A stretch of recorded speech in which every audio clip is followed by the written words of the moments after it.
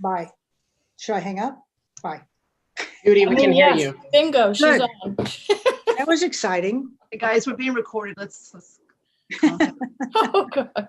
Embarrassing. All right. Okay, so Marguerite, I'll call advisory to order first. And then why don't you call board to order next, right? And then I'll read the governor's order. So I'm calling advisory committee to order at 6:48 p.m. All right, and I am calling the Library Board of Trustees to order at 6:48 p.m. And I'm reading the mandate from Governor Baker for both meetings. Pursuant to Governor Baker's March 12, 2020 order suspending certain provisions of the Open Meeting Law, General Law, Chapter 30A, Section 8P, and the Governor's March 15, 2020 order imposing strict limitation on the number of people that may gather in one place. This meeting of the Southborough Advisory Committee will be conducted via remote participation to the greatest extent possible. Specific information and the general guidelines for remote participation by members of the public and our parties with a right and a requirement to attend this meeting can be found on the Town of Southborough's website at www.southboroughtown.com. For this meeting, members of the public who wish to watch or participate in the meeting may do so in the following manner by finding the meeting at www.southboroughtown.com/remote meetings. No in-person attendance of members of the public will be permitted, but every effort will be made to ensure that the public can adequately access the proceedings in real time via technological means. In the event that we are unable to do so, despite best efforts, we will post on Southborough's website an audio or video recording, transcript, or other comprehensive record of proceedings as soon as possible after the meeting. Okay, let's get going. We're late. So we're going to start. I'm going to rearrange the agenda a little bit. First of all, let me just let advisory know we are not going to hear from DPW tonight. Karen is delayed. She's at the airport trying to get her son off and his flight's delayed. So we're going to push her to either the 6th or the 14th of January. So we're only going to hear from the library tonight. So we're going to start with the library budget presentation so everybody can leave that wants to after that part's done. All right, so Marguerite. You want to introduce everybody that's here from the library side? Yes, we have our director, Ryan. We have Jane. Is Jane Davis here? Yes, she is. Jane Davis, David Eckberg, Janet Maney, Kim Regan, and Amy Yazdani. Hi, everyone. So Judy is the advisory liaison this year to the library, as she has been in the past. So Judy, do you want to say something now, or do you want to say something as we start talking about the budget? Let Ryan take over.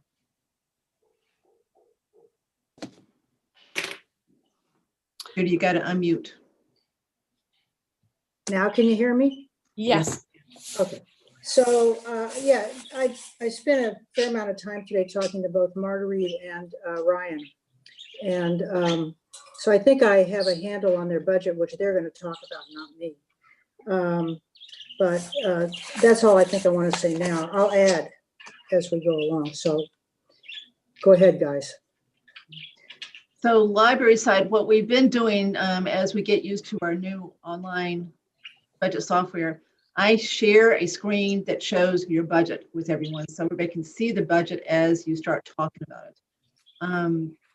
And as everyone knows, the memo that Ryan wrote that was really excellent is attached in clear.gov, so everybody's got a chance to read that also.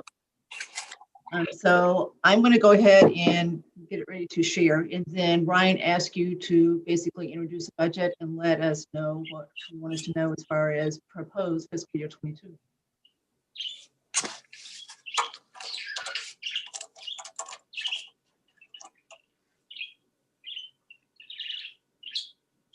Got the bird chirping. That's Judy's birds. Judy, we can hear your bird.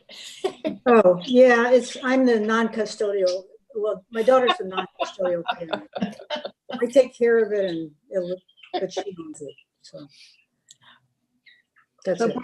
Ryan, go ahead and get started if I get this over. Sure. So thank you, all the members of advisory, and also for all of my trustees coming tonight, which is amazing. There isn't really, I think, too much to talk about. A lot of the line items are level funded for the next year. And I always like to say, going into these meetings, we don't have that many line items to begin with. I know we have maybe more than some other budgets, but not too many. So the salary increases, I should say, I know salaries is probably something you guys want to talk about. What I did really try to do this year was to standardize some of the part-time roles. In the past, I've tried to make it reflexive of what people were actually working. It ended up being that trying to standardize the hours reduced our hours a little bit. We also removed a position with Chris McGinn, who went over, as many of you probably recall, he went over to work for the IT department. So we didn't replace either that position or the hours that were associated with it. It was a very small amount of hours. He only worked an average of 4 per week because he did every other Saturday.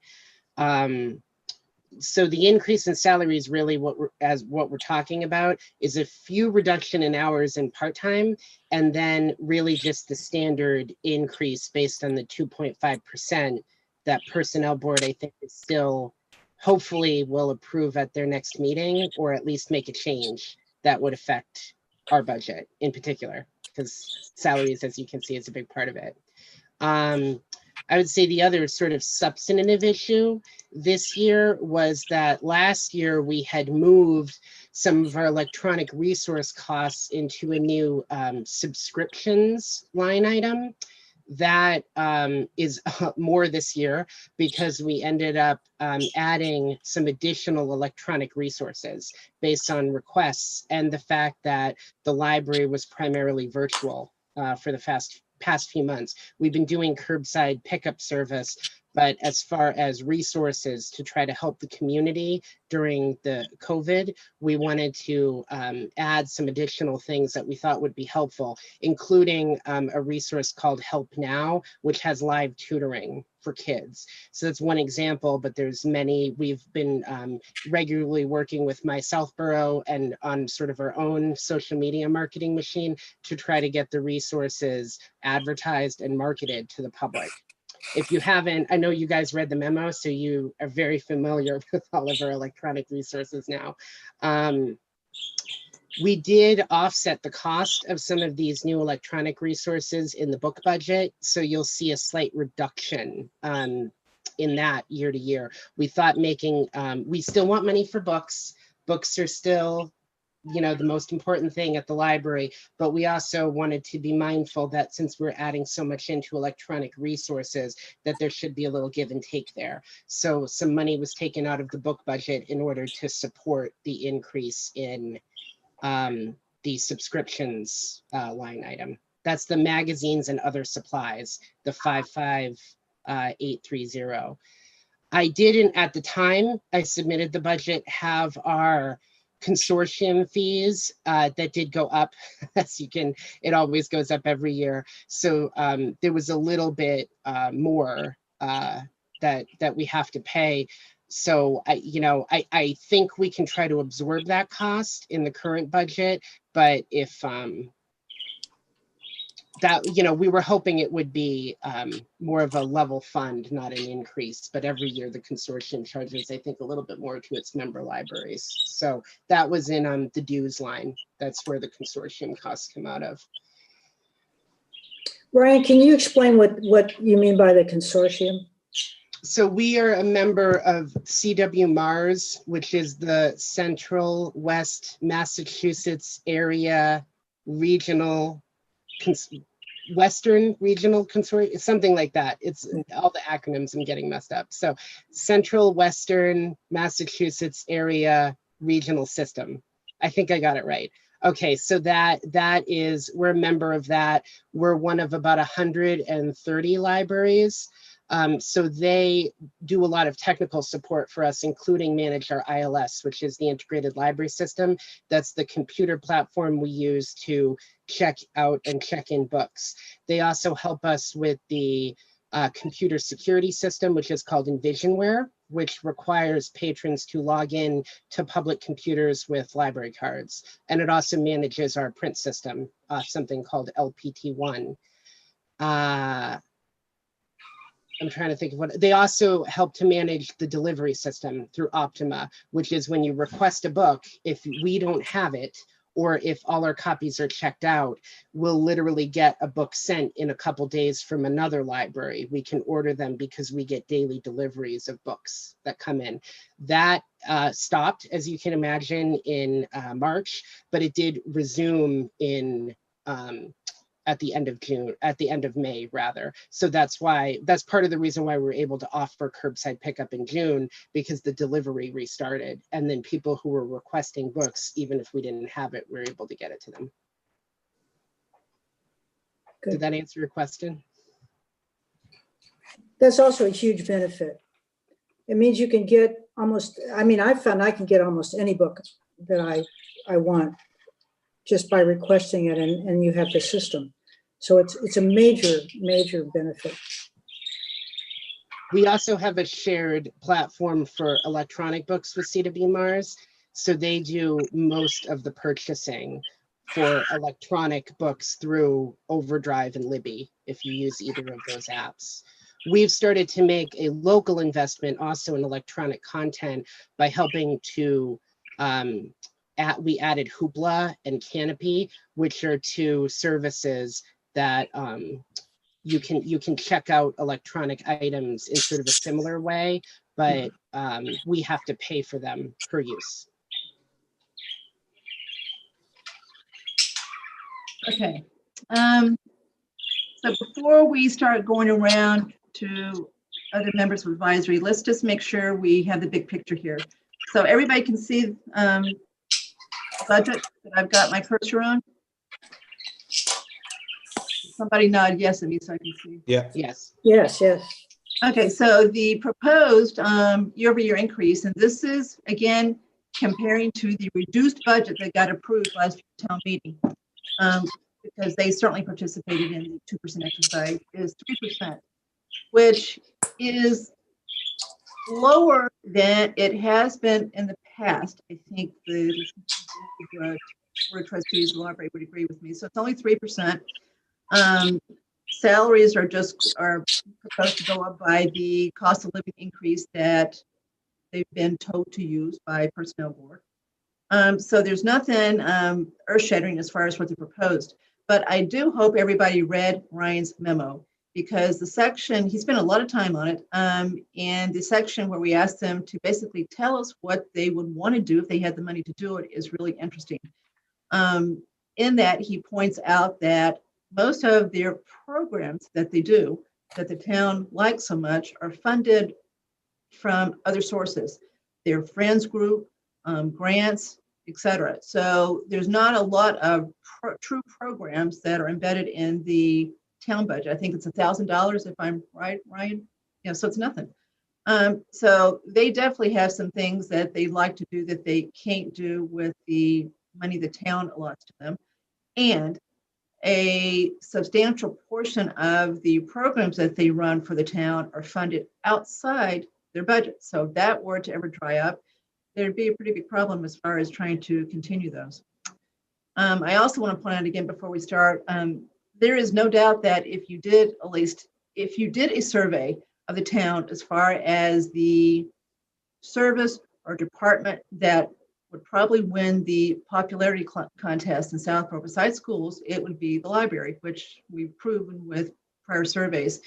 So there was we talked a few years ago at advisory about whether do you even need a library with all the things you can do online and the way you can get to the libraries now.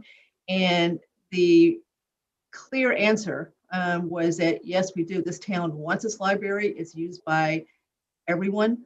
The participation is huge. So that question seemed to be answered a couple years ago. I'm not sure if everybody wants to bring it up again, but I just want to make sure everybody that's newer to advisory knows that that was discussed, and the town spoke. The fact that, I forget the number, Ryan, but I know it's a big chunk of Southborough that uses the library in one form or another, percentage-wise.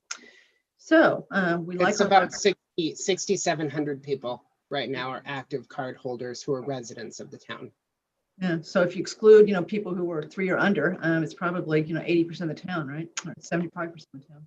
So it's a lot. Kathy, could I jump in just quickly for 2 seconds? I don't know if the board knows this, but the amount of money that a library spends on books and materials, or and also I guess print and electronic at this point, is mandated by the state according to get to be able to be part of the library system.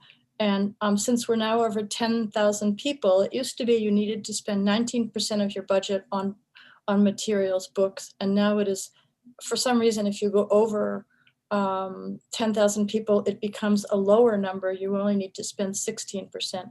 But the library does get money from the state for its operations. I don't know if everybody's aware of that. It's But it's not much money, Marguerite, when you really look at it. It's what, $11,000 or something. It's not much. Yep, it's not a lot. And on almost all of the money that we'd be earning this year, I think, we don't have the award yet because it's going to happen in January, February. Almost all of that money is going into the library purchasing a new copy machine, which I know I mentioned in the memo, but that is something we can't fund without that money. So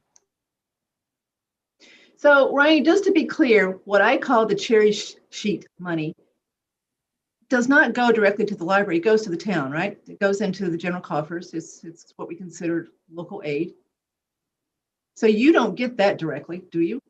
are you which amount of money? The money Yes, we I get back may in- be talking about 2 different things. So if you look at the cherry sheet that comes out every year from the state as far as what they're going to give us for Chapter 70, general government, and library, that money, as far as I know, goes right into local aid, the local aid line item. So, but maybe I'm wrong. Do you get that directly? The state aid for the libraries goes into a separate state aid for libraries account, which Okay. only the library can use. So Okay, so you use that separately. That's not part of your budget. So you're actually going to spend, in addition to what you see here, you're going to spend that too. we typically spend it on things that are outside the operating budget. So for example, as part of the curbside pickup service, we weren't able to run it during when it rained. So we had to purchase canopy tents. So that came out of the state money. It's the same thing with the upcoming copy machine cost is we don't have anything in our operating budget to help support that.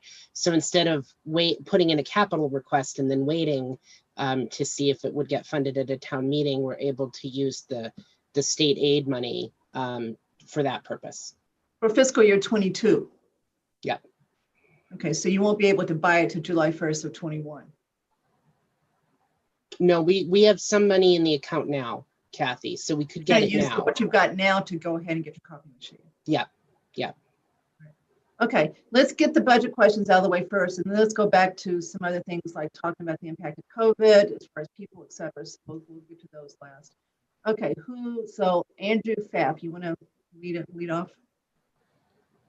I think my only question was, Ryan, in terms of all the online databases and things like that, do we have like usage reports? I'm assuming it's more usage this year than in prior years, but is there anything that that stuck out at you that, maybe we don't use enough that can be cut or stuff we should be doing?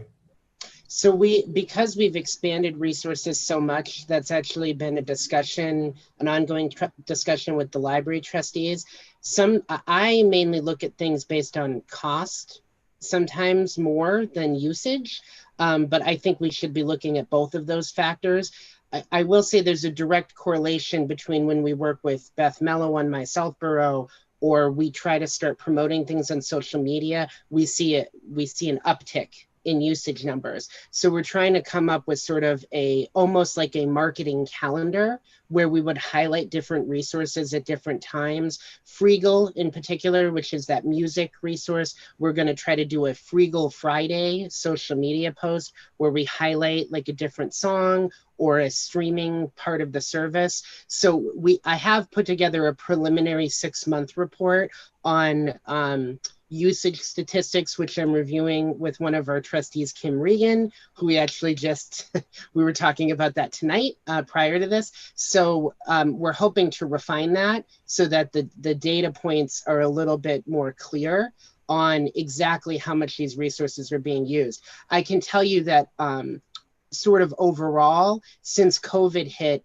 things have doubled as far as usage. So that is, we really have, I've spent, I think, the last really 5 years building a collection of electronic resources. We didn't have, with the exception of the Massachusetts newspapers resource, the news bank one, we didn't have any of these before I got here. So this has very much been one of my projects, is in trying to get resources like this available to the public. And we have found that there's an appetite for them. People do use them, so.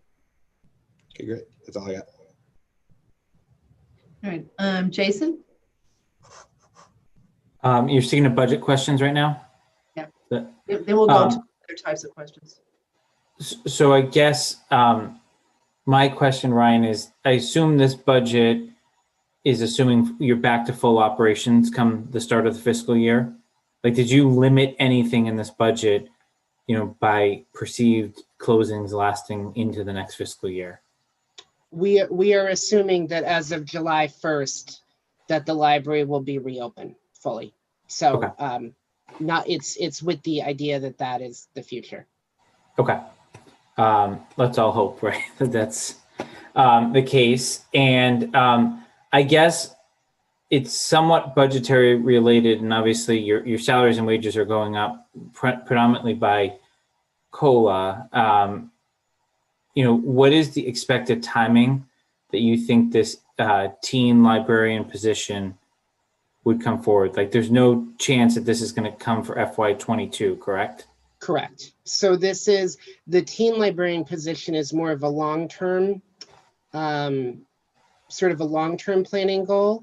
What we would like to do is we have a paraprofessional staff member who will at some point retire in the next few years. What we would like to do is, with that position, instead of hiring a replacement paraprofessional job, is to hire a teen librarian instead, who would specifically do some of the the young adult services, and who would sort of organize and staff that young adult room. So we have kind of an interim plan for the next couple of years while we're building to that. We also have a lot of part-time people who are assisting with, the operation of that grant-funded Idea Lab that we put into place. I'm going to help out with the teen room, so I'm kind of your de facto teen librarian for a little while. But I think the demands of my time, as you can imagine, are crazy, and there's only so many hours I can divest into that. So I think the plan is to really make an investment long-term in teen services, because that's definitely an area we think can be expanded. And again, like the electronic resources, there's an appetite for. Okay. And one final, this is more of a comment, it doesn't need to be addressed tonight, but it would be nice to see as we go towards final. I personally, as I am starting to get used to some of these departments' budgets, I know in your letter, you very clearly outline what everyone does, who's full-time, who's part-time. But if it's possible, just get an Excel spreadsheet or upload it to ClearGov, like who makes up each of the salaries full-time, what the, right, like I'll use you, Ryan, as the example, like how much of the full-time is you versus Kim versus the rest of the team. It just would be helpful to see just what the cost of every position is. Again, nothing that needs to be answered tonight, but it would be just nice to see as we head towards final budget. It helps us moving forward too. And I guess, Kathy, my only other questions are going to be COVID related, so I'll hold those. All right, Andrew D. I have two questions. I think they're probably COVID related. So I guess you want me to hold off on that until later, right? Yeah, so if we can just focus on the actual proposed 3% year-over-year increase in their budget, as far as specific questions there, things that you want to know there, then we're going to go to other questions. I don't have any questions then. Okay, alrighty. Okay, so Jason, I'll throw it back to you then to talk about something other than the budget. I just wanted to make sure you noted that Tim Martell joined. I don't see Tim. Okay, so. It's at the bottom of my list, so.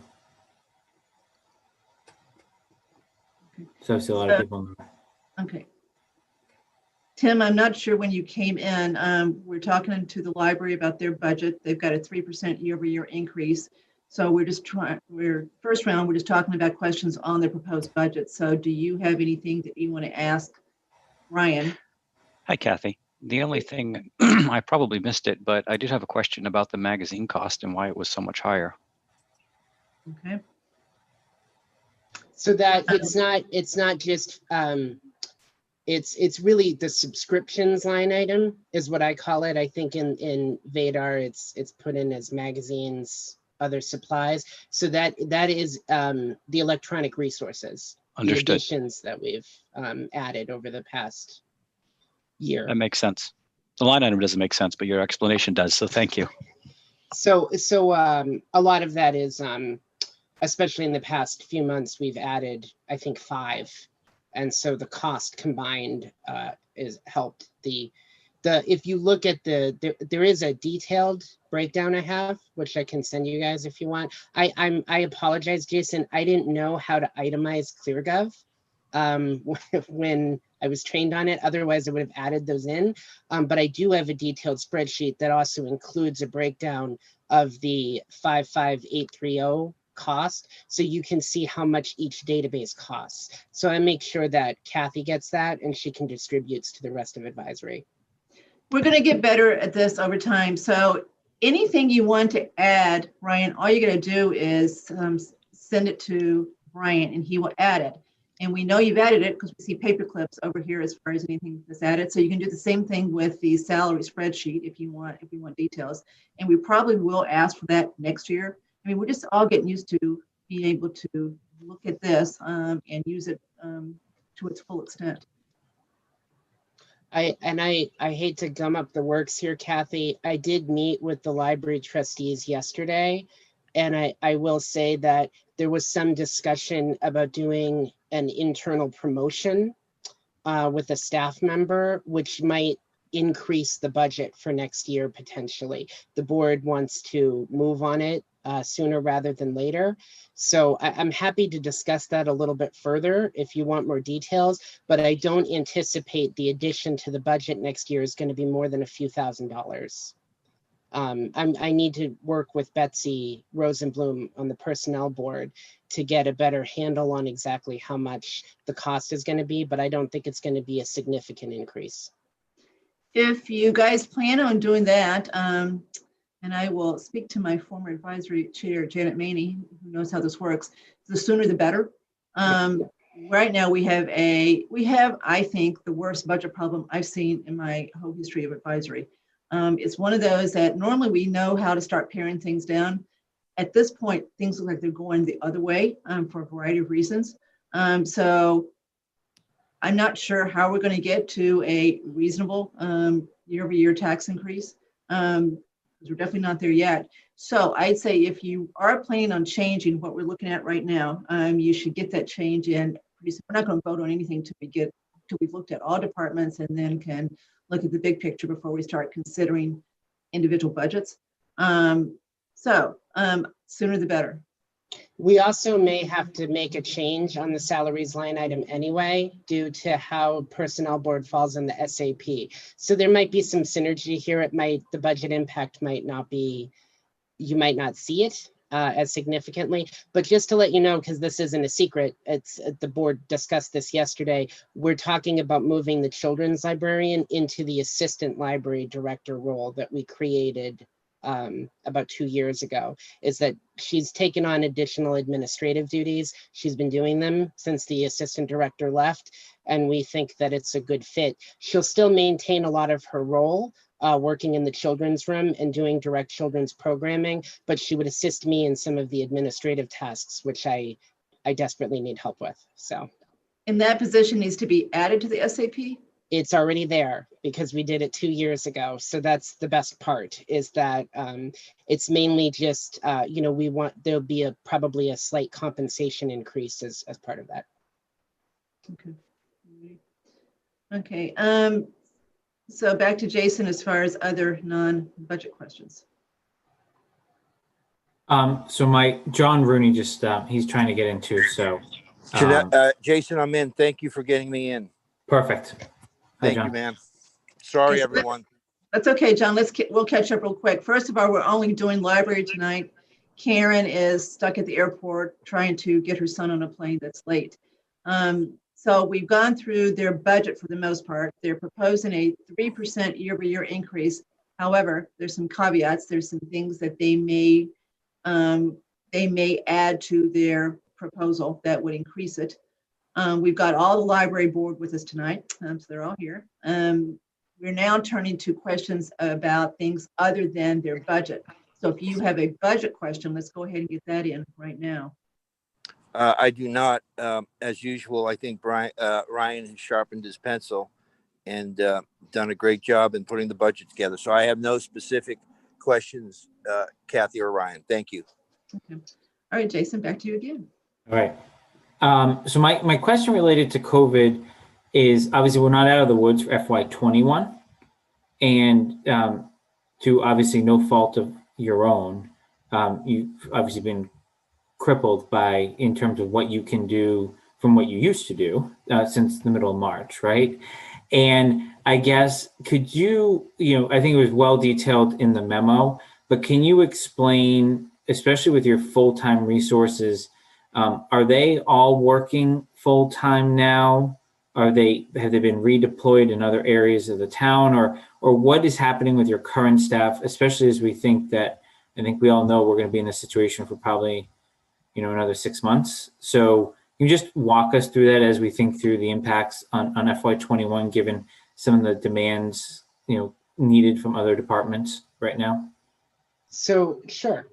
What I will say is initially with some conversations, because I'm part of the town's return to work group that Mark convened. I think honestly, Pam and I were probably on it because we serve the senior population, and they're considered one of the most at-risk groups here. So I think there was some concern about reopening our facilities in particular. We complied, I would say, when we came back to work in the summer, when I started having full-time staff return on a staggered schedule. So everybody they worked every other day. And then we had people working remote. So I came up with a number of projects that people would work on remotely from home.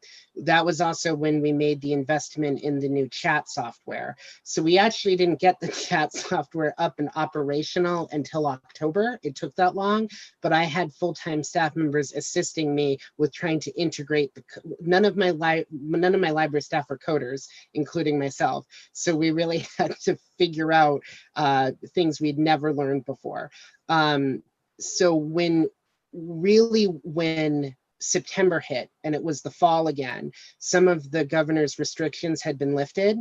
And I had many conversations with Emily Amico on the environment at the library and exactly how we could distance people. And then would it be feasible to have all of the full-time staff back on a regular basis. And Emily thought that we have 14,000 square feet in the library. It was pretty easy to distance people. All of the staff complied with wearing masks while they were working together. If they were in like the same general vicinity, we try to maintain 6 feet apart. It's hard with the phones and the computer placement, but it's been successful. And since September, we've really had everybody coming in full-time. There is one full-time staff member who does still occasionally work on remote projects, and I've set that up. She does a lot of the website editing and social media stuff for me. We've also been working on like user guides for the databases we call libguides. So she works on that as part of a remote project too. So I will say all of the full-time staff, including myself, are fully back, except for one who still works somewhat remotely some of the time. I thought, I was under the understanding, I think at some point in September, October, that the townhouse staff was doing something similar. But I learned recently that that's not the case, is that many people still are on staggered schedules.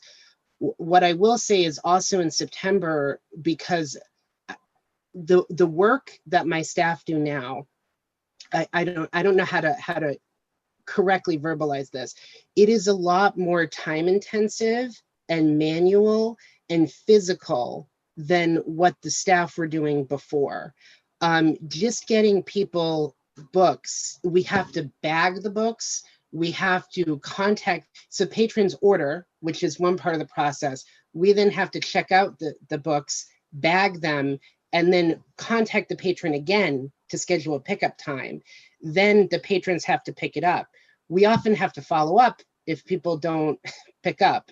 Generally, people in Southborough do. I've heard in some other communities that that's more of a problem, but Southborough is great, right? So people come and they do their pickups and we have less of a problem. But just that manual and the time it takes in order to do it, and the volume that we're doing, like the memo isn't sugarcoating it. It's about maybe 70. On a slow day, we're talking about maybe 70 orders a day. That's a lot, even though multiple staff members are working on it. So I don't know if I'm deviating from the question. We needed to have part-time staff come and assist because we didn't have time to shelve books that were returned. We didn't have time to hold items within our own location. So what I will say is that part-time staff, they weren't coming in the summer at all, but we started having them come back on a reduced schedule. And I still limit the number of people who are in the building. We don't really have more than 7 or 8, I would say total, but that was a way that we kind of got our part-time staff back too. They're definitely at a reduced capacity though. And that I think is going to continue for the rest of COVID. So I anticipate we'll have a salary surplus like we did at the end of last year. That's mainly from the part-time staffing area. What I've been working with Vanessa and Tim Davis on is in trying to give hours to our part-time staff to help facilitate virtual meetings, which I know with the absence of an IT director has been sort of a recurring issue for the town. So some of the library part-time staff members, we had a training this morning and 5 of them attended. So that shows you that they're willing to try to help. And, you know, we told them we'd compensate them for that help. That's really the only example, I would say, of library staff that are working sort of in another departmental capacity. So just to be clear, the reason that the salary expense may be less for fiscal year 21 than budget is because those part-time people are paid hourly. So if they don't work, they don't get paid. Yes. That's correct. So we're only paying staff members if they work. And if a staff member is working on a remote project, Brian Ballantine and I have established sort of just a rough, almost like a rough sort of task list. So they put the date, they put their name, and they put the task that they're working on as a remote project, and then how long it took too. So that is all data that I'm tracking, I would say. And people just can't say, hey, I worked remote all day. They have to actually have a project that they worked on, and they have to get that verified with me. So it's become a little bit easier to work remote now because of us having the chat interface. And since we promoted it a couple weeks ago, we've been getting an average of like 5 to 10 chats a day. So sometimes we have more than one staff member who's on it now because we need to be able to respond to everybody who sometimes people don't know that we're answering another chat. They'll sometimes start a new chat too. So it was a very long explanation, but I hope that all makes sense. It does. Maybe I'll leave it with Kathy, a comment before I pass it to whoever you have next is, Ryan, I know you have a very collaborative nature every time I've worked with you during my time serving on boards and committees. And I know you obviously have a great board that supports you. I think we're headed into a 6-month period here in the town that, let's make sure we're using our resources the right way. And I would strongly encourage you to continue to collaborate with anyone at the townhouse. I know there's a lot of other departments. I know you can't service the community like you want to, but I think we're at a point in time here where I think every department that can't fully service the community the way they're used to is sacrificing something to kind of consolidate towards the broader good to get us all out of our homes, so to say, and back to some sort of. So my general request to you and the trustees, given they're all here, is if there are full-time employees in your department that maybe you're keeping them busy, but their skill set could also be used elsewhere that are prominent to public health right now, I would strongly advocate for that, even if it's an administrative capacity. And I guess I'll go on record as saying, well, I'm fully supportive of trying to give these people hours. I'm not sure that paying part-time staff to do these remote meetings is the right way to go. I think using full-time staff or volunteers is the better way to go, because that cost will add up. If you think about just the length of an advisory meeting, the length of a planning board meeting, and I know those, you know, typically covered, but I just think those things add up, and that money may be better spent elsewhere.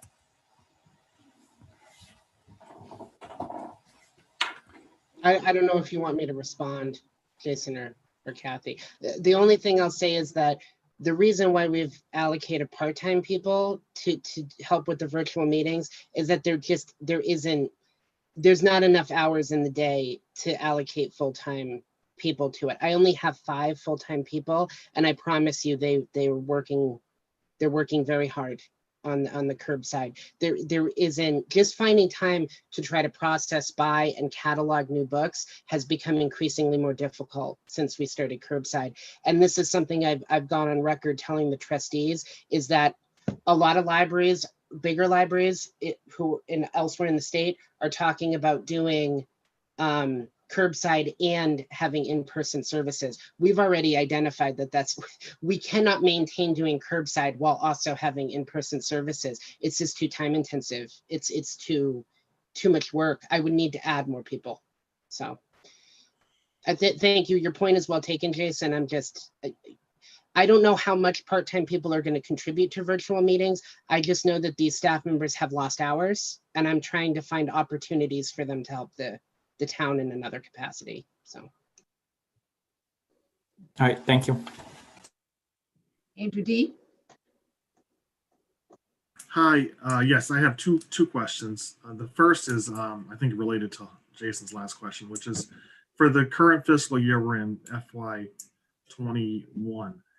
Is there any chance that there'll be a turn back for the part-time staffing so that, you know, the budget reflects that there are going to be part-time people paid on an hourly basis for, you know, working in the library, and then there was a long period where the library was just closed. So is there some of that money that can come back to the town? And then the second is about it's a capital item, I think, that was discussed last year, the carpet.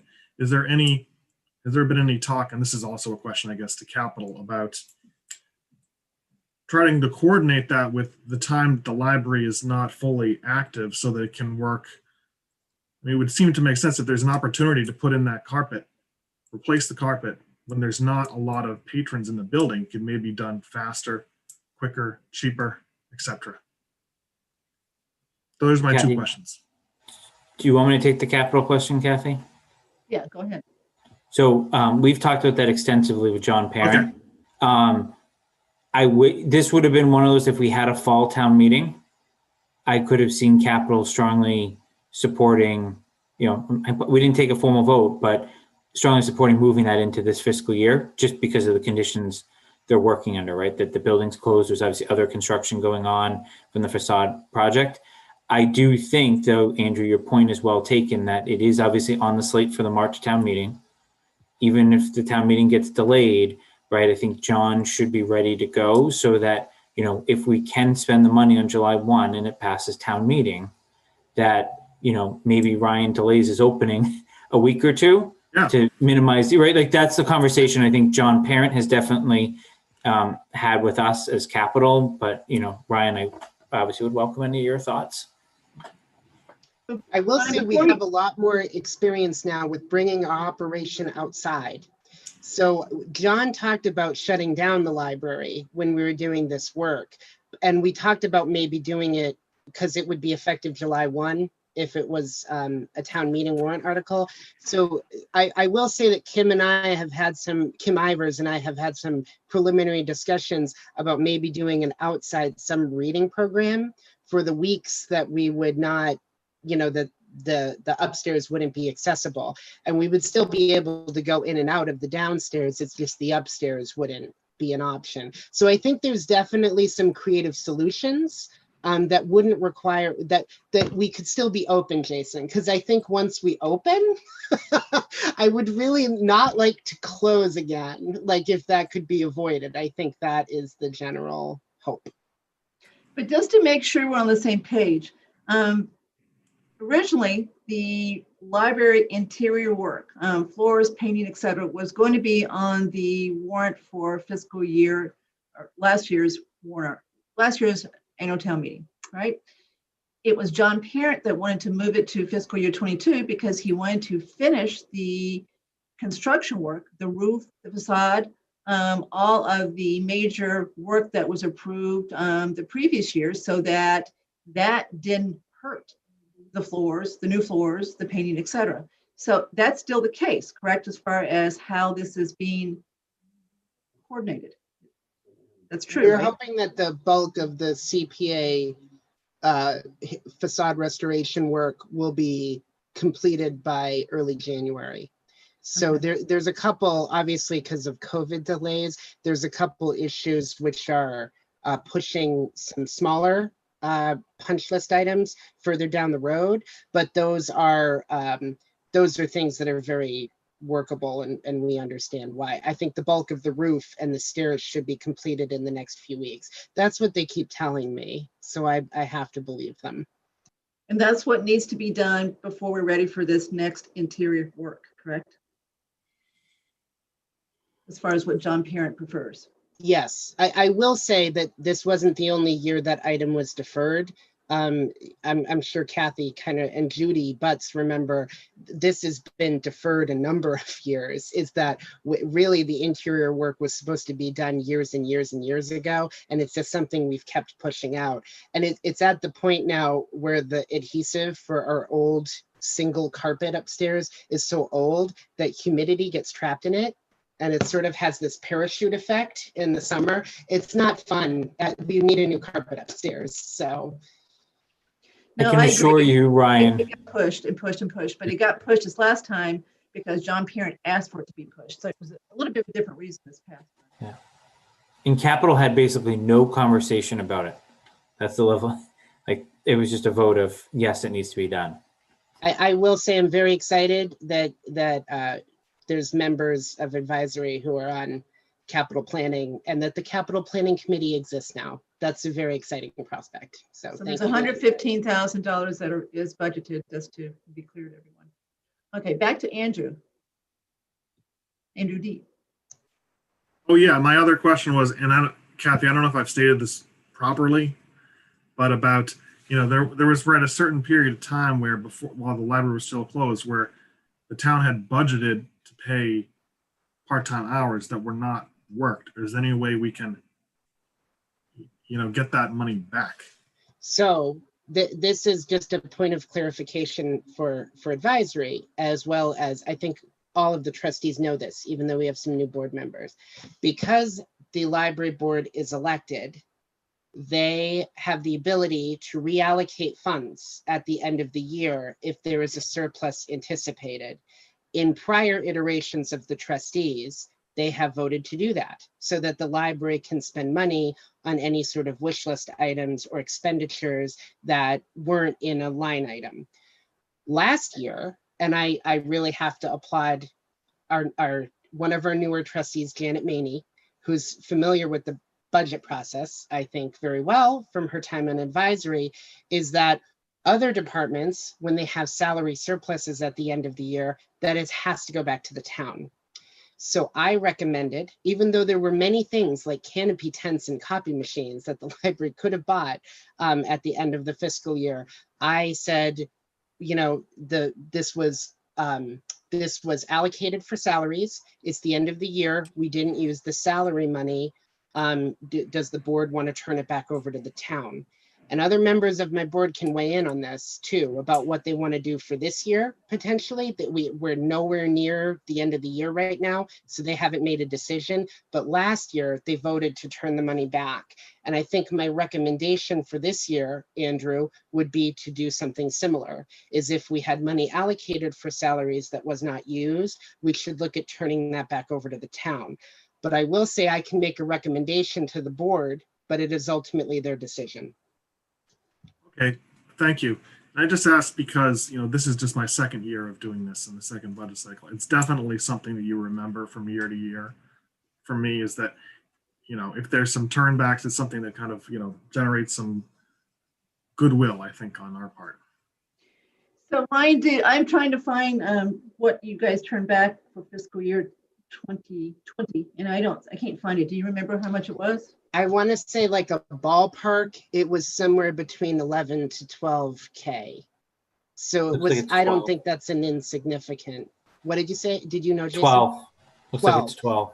So I was underselling. So it was around $12,000. So that's not an insignificant amount of money, I think. So that doesn't really answer your question, Andrew, because it's kind of a future question, but I can tell you what the library did in the last fiscal year. And that might be what we do this fiscal year. That would be my recommendation anyway. Okay.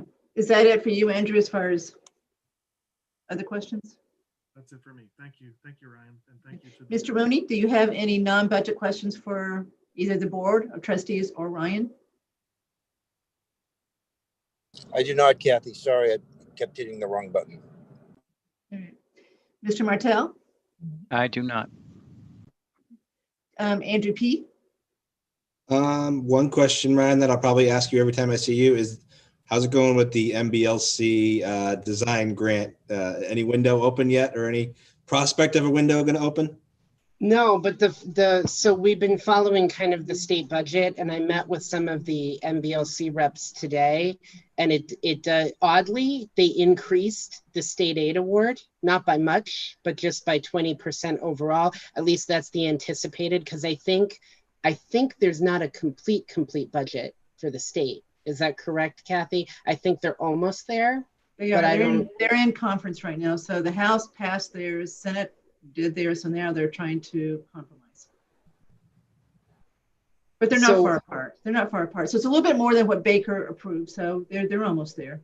So it seems like with what the governor and with the legislature, the budget that they'd agreed on for the library, there's going to be a slight state aid increase. And then they did not reduce the amount of the construction funding, which was good news. So it means that the program will still exist. I think I'm in a different arena than when I talked to you guys, the capital planning a while ago, because I think there's still some concern about the future of future budget cycles, right? So it's hard to anticipate what state revenues are going to look like in the next couple of years right now.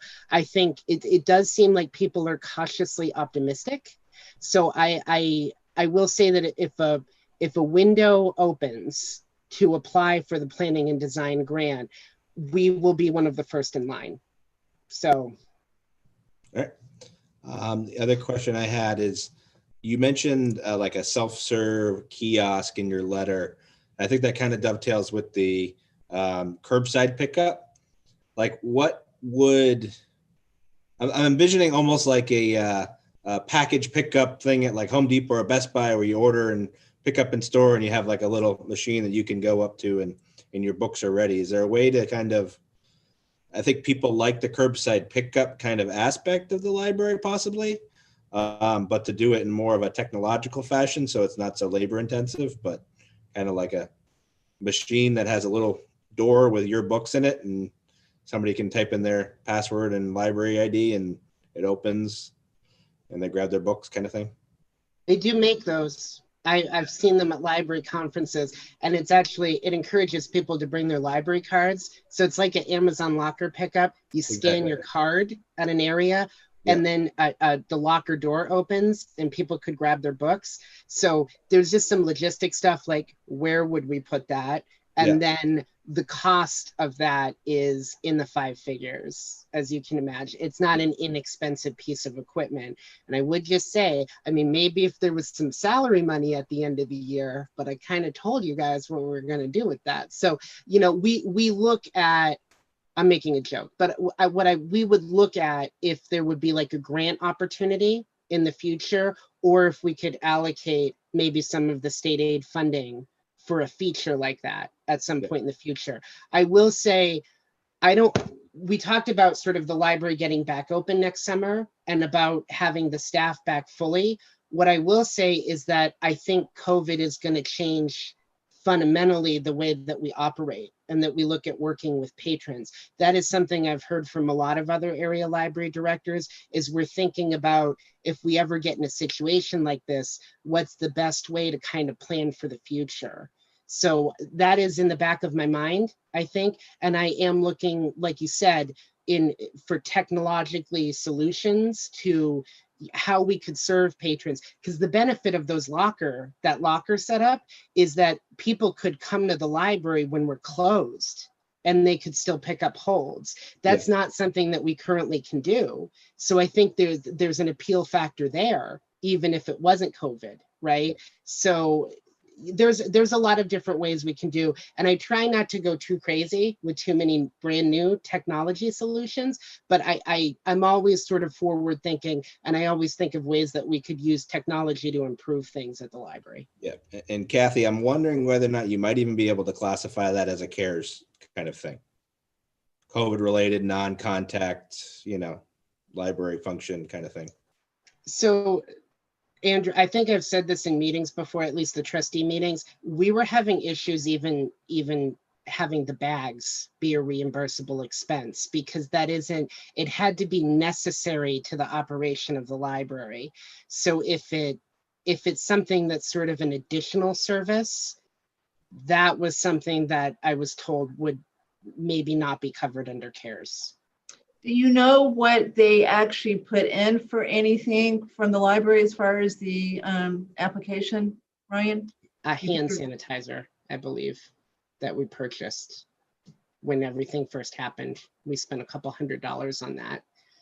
The bag expenses were not covered.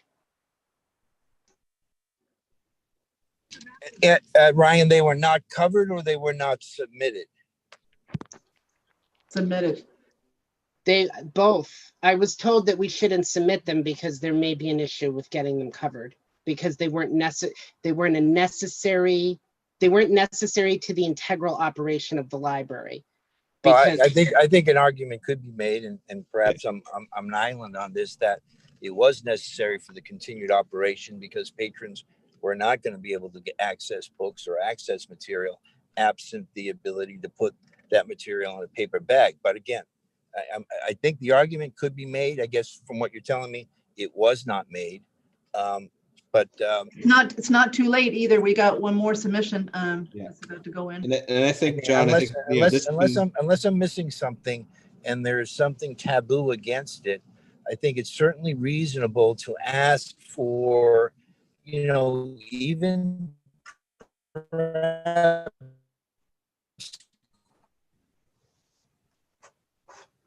might have lost you there, John. Questionable items, but items that you can justify the additional expenses that were incurred as a result of this pandemic. Yeah, well, my thought is that, you know what, even if it's a questionable expense, if there's a justified base to assert it as a result of a repercussion of COVID, I would assert it. So John, we've got the essence of what you're saying. We're having a little trouble with your audio, but we've got it. I've got a call with the town accountant tomorrow to talk about this issue. I will bring this one specifically up because it sounds to me like it should be included. Because Andrew, didn't we understand that the costs that were incurred outside a budget related to COVID that's the natural expense we're looking for. And I don't see why this wouldn't qualify for it. I don't know how big it is. And I think they said it in the selectmen meeting, but my opinion is if it's COVID related, if it's questionable and we're worried about it, but we've already spent the money, put it in. Right. What's the Worst case scenario, downside? they're What's gonna the come downside? back and ask for it, but we've already spent it. It Right. was I think I have to get the exact figures, but it was several $100s. Like That's I it. want to, Yeah. like 400, I think was what we had initially tried to submit, because we spent a lot of the office supply funding at the end of last year on bags, obviously, because we needed to bag the items to send them out. We have been getting patrons who have been donating bags back. So we've found a way to go around buying them all the time because the demand was so high. And honestly, I think patrons just want to help support the library. So that has sort of worked out. So we're not making the same financial investment that we did when we got started. So, but the bags were, I agree with all of you. We wouldn't have been buying bags if it wasn't COVID. And we were using them specifically because of that reason. So. All right, so let's move on. It's 7:45, but I will bring it up with her tomorrow. Judy, I'm skipping you because I'm assuming you've got all your questions answered. So if there's something you want to say, let us know. But I just want to go back to one thing, Ryan, to make sure we're on the same page. So I've got the cherry sheet in front of me for fiscal year 21. Library, 12,574. Does that sound like the right number to you? Yep, that's the state aid award. All right, so I'm going to go back to what I said before. That 12,574 is included in our local aid number that we use to compute the year-over-year projected tax increase. And if you're spending that separately outside your budget, we're double counting that money. But I'll talk to Brian Valentine about that. It's not your issue. So that's the money you're using to buy the copier, et cetera, right? Yes. Okay, all right. Okay, let me just, so most of my questions got asked, but I just want to go back to the construction. So it sounds like construction on the facade's going fine. It's almost done. We've talked about the interior work. No new leaks? From the roof while they were doing it, because they ripped up parts of the roof and then we got some rain. It wasn't necessarily some new leaks. They came in through some old areas. There's no water from the lower part. That was so what it we looks were like the work that was done outside may have solved the problem, because we've had some pretty big rains. So it looks like it may have solved the problem. Like I said before, cautiously optimistic, Kathy. We have had no lower water intrusions since they added that pipe in to the front of the downstairs entrance. So it does look like the water has been diverted, so that we don't have the same problem. Because everybody on advisory will remember that we discussed adding a tank to the front yard of the library at a pretty big cost, and got rid of that. Instead, hoped that using the expanded pipe outside with the Main Street project would solve the problem. So maybe we're going to actually look out on this one. Okay, I just want to go back to the potential for either a new library or a rehab of the current library. And I'd like to hear from the board on this one. So is the board actively discussing this? Where do you guys really stand as far as your thought process at this point? Well, we are, the state process requires looking at 3 sites in town if they're going to fund it. And so we've been racking our brains to find 2 other sites in town that would even be remote possibilities that would be as convenient as the one we're in. And then the other part of our decision would be, would it be more economical to renovate parts of this library and stay in the same place? Similar to what Bolton had done with their older building, which was quite beautiful. They simply built an addition onto that, or to rebuild a new library from scratch. So we've talked about this quite a bit, and we don't know at this point, because the first step would be finding 3 sites in town. And 3 sites, including your current site, or 3 Yes. new sites? Nope, 3 possible sites, including the current site. So 2 new, 1, we have 1 because we have an existing location, Right. 3 altogether. But 2 other places in town where you could conceivably build a library. So Marguerite, the reason I'm bringing this up at advisory is because there's a capital planning committee now that has been formed that is doing a lot of work on the town's capital plan, which of course would include buildings. There's also a subcommittee of that is taking a look at the issue of whether we should close one of the K through 8 schools and have 3 schools instead of 4 schools. So if we did that, that would possibly leave a building that could be used for something else. And I'm just going to stop at that point. This is not ready for debate, but I just want to make sure you guys are aware of that process that is undergoing. We'll know more the first of the year. So you may want to tune into the meetings of those committees to hear what's going on. But I just want you to know that. All right. Okay. So it's a very long process to get a library built and funded. There's the planning and design. It has to be paid for. The town has to pay 75% of that to show its goodwill. I think that's the right statistic. It's very much in the future, but the library is too small, and it needs to be bigger, and it needs to have rooms in it that the town could use for other things. When you say too much in the future, can you just put some years on that for us? Well, we looked at Leominster did a new library that was actually not totally new, but they built on, and I think that whole project from the beginning of them getting involved with the state for the planning and design was 8 years, and you have to wait for the state cycle to come up, which is erratic because the state doesn't know when it's going to open either. So I would say that if you're looking at a new building, reasonably it would be at least 10 years before you got the building done, at least. So can you just approximate the costs that would be needed to comply with the state requirement before you put the shovel in the ground? Are we talking hundreds of thousands or less than that? I think I'm right with this. The planning and design, when we last looked at it, I think the town's share would have been something like, Ryan, help me out. I can jump in here. 27,000 was, what was it? Yeah. So if you apply for a planning and design grant through the state, they'll pay for up to 2/3 of that work, and I think it's a maximum of $75,000 is how much this. But you have to pick up the other third, right? So I think we had put a placeholder in the long term. This was before capital planning committee was convened, but there was sort of a placeholder in the capital spreadsheet that Brian Valentine put together that John had input, and we had requested to have that money, I think, in 10 years. So, that might have gotten bumped up depending on the state cycle, because we don't actually know. The state then does another round of grant funding that's specifically for the construction.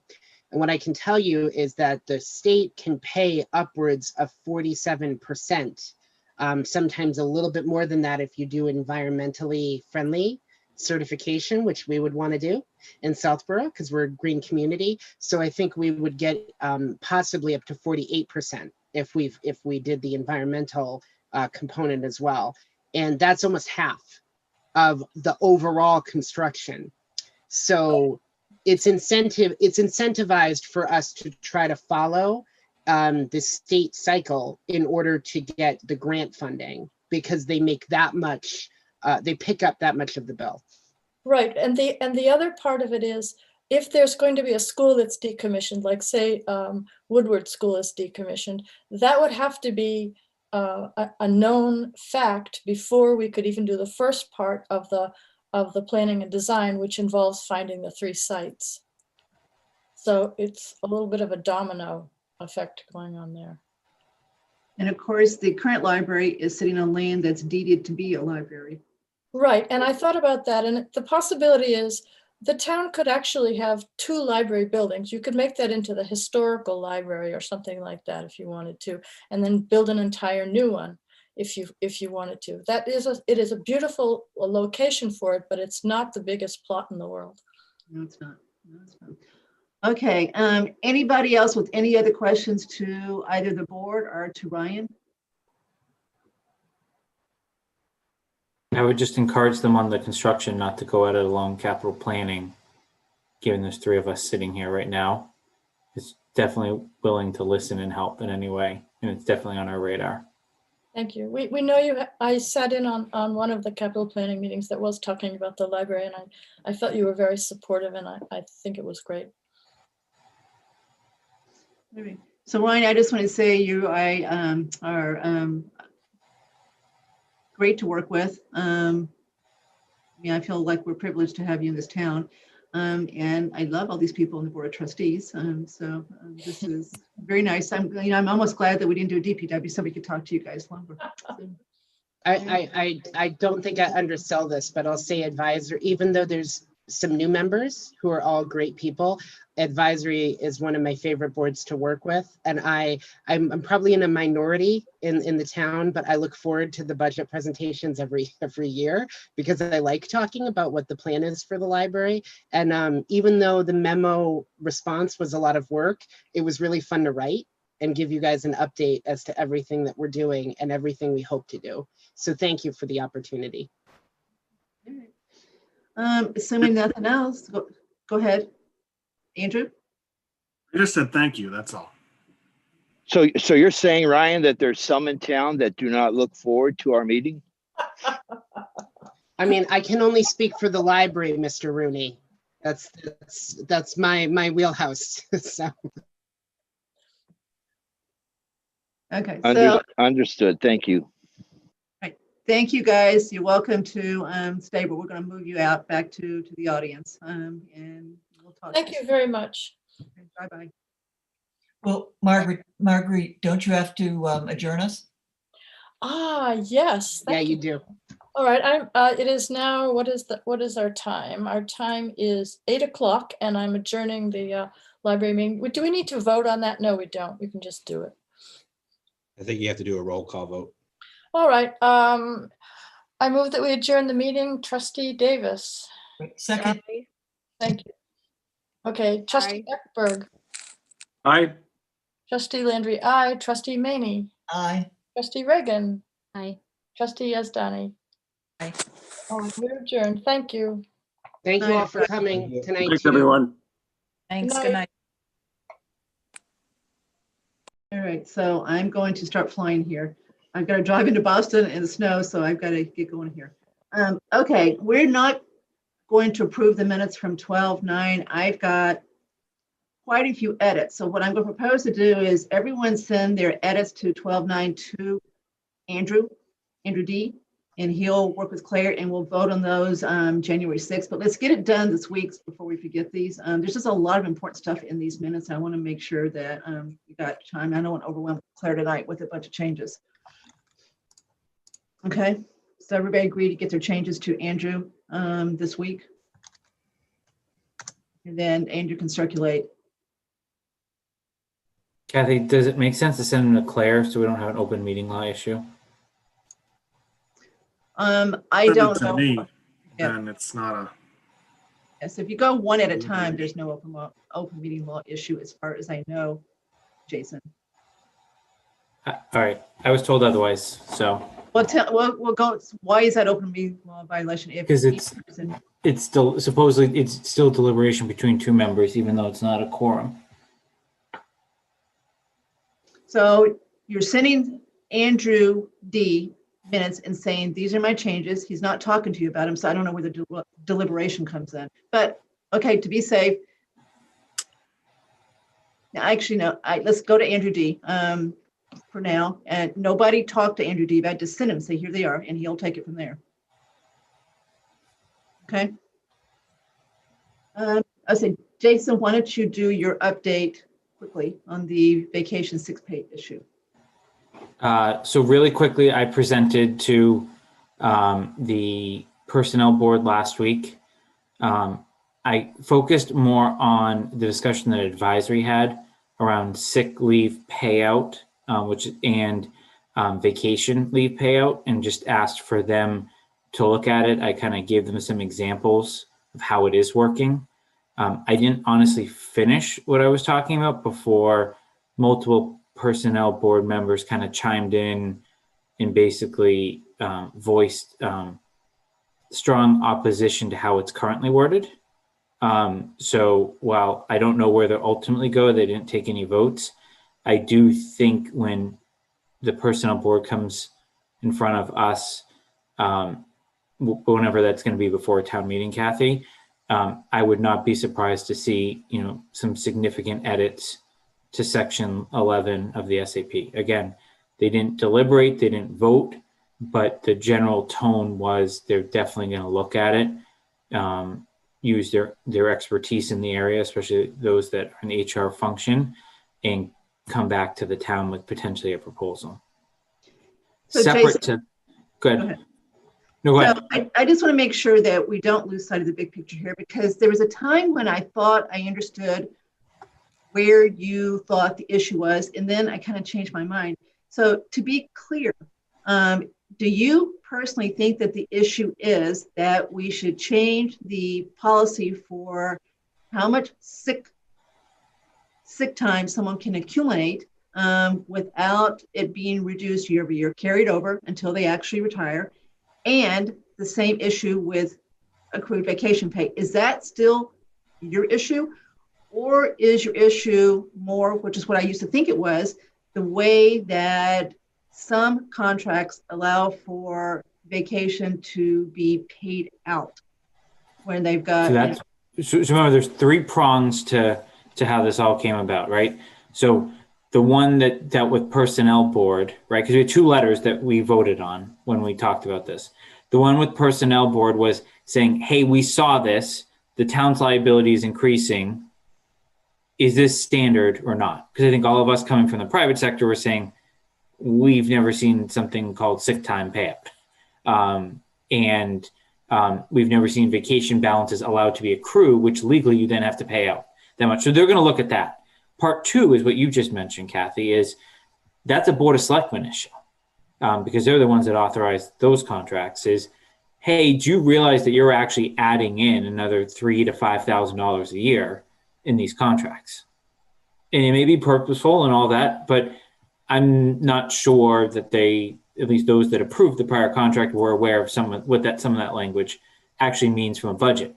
I think it is ironic that we now see vacation time payout budgeted in some of these budgets this year, namely under police and Board of Selectmen. Which wouldn't happen if you hadn't brought it up. There's no doubt about that. I'm fairly confident that. Item 3 is still a work in process. I expect when we resume in January, I'll have a full report. There were issues with the accounting for this as well. That was widespread across different classes of employees. But I want Mark and Brian to be here for that discussion. And we're going to basically synthesize it. What I'm happy to report to advisory is it is fixed now. And the latest reports that they have sent are more in line with what should have been happening all along.